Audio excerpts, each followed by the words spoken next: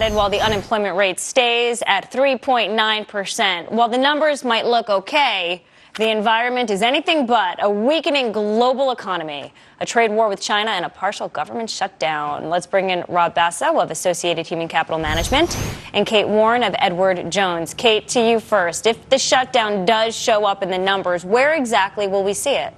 I think we'll see it more on the unemployment rate than we will on the payroll numbers. And the reason is if the shutdown shows up, it'll mean a higher unemployment rate than the 3.9% that's both expected and was the case last month. And that's because the federal workers who weren't working will be counted as unemployed rather than employed. So I don't think that's actually going to change the number very much, but that would make things look a lot worse than they really are, as those workers are now at least temporarily back at work.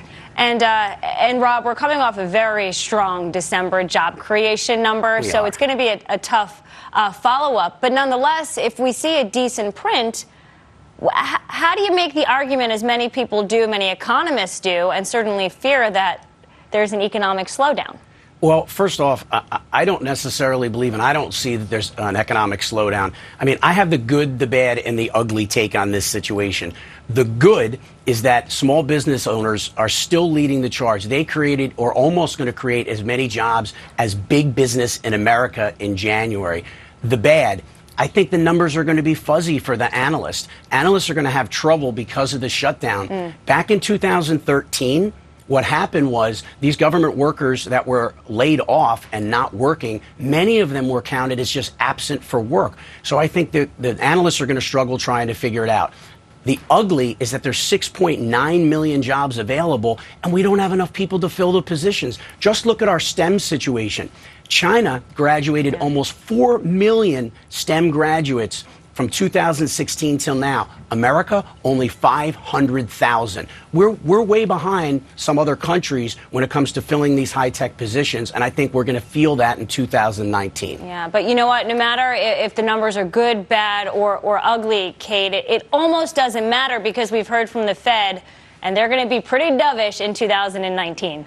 I think that's actually the case, and I think that also Rob just gave us part of the reason that the numbers will matter less than usual, which is nobody is quite sure how to interpret them.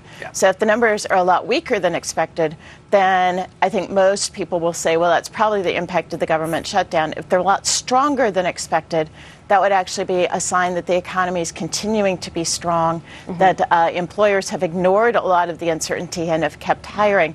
That'll actually be a positive catalyst. But you can see it's one of those situations where nobody's quite sure what to make of them. I know. And that's uncertainty for the markets. And then there's the excuse that all companies can just give. Well, we don't know exactly because the government was shut down, and maybe this furloughed worker, when they get the phone call saying they're counted in the headline number, but in the unemployment rate, when that number is tabulated, that furloughed worker says, well, I wasn't working, and therefore the restaurant or the bar or the retail store can say, oh, our numbers were down because the furloughed workers weren't shopping. So it becomes an excuse, Rob. It is true, but the one good thing is, wages are up, roughly 3.2%. So if you look at the positive side of that, even though these numbers might be fuzzy, the fact of the matter is, in general, people are getting paid more than they were previously, and that's a real positive sign. So all this negative talk, I'm not seeing it with my client base.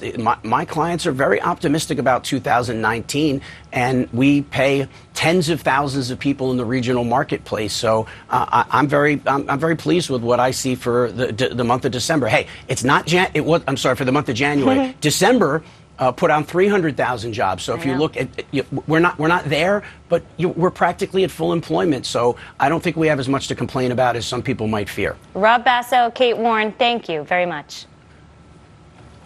And remember that Mornings with Maria will have full coverage of the jobs report. It all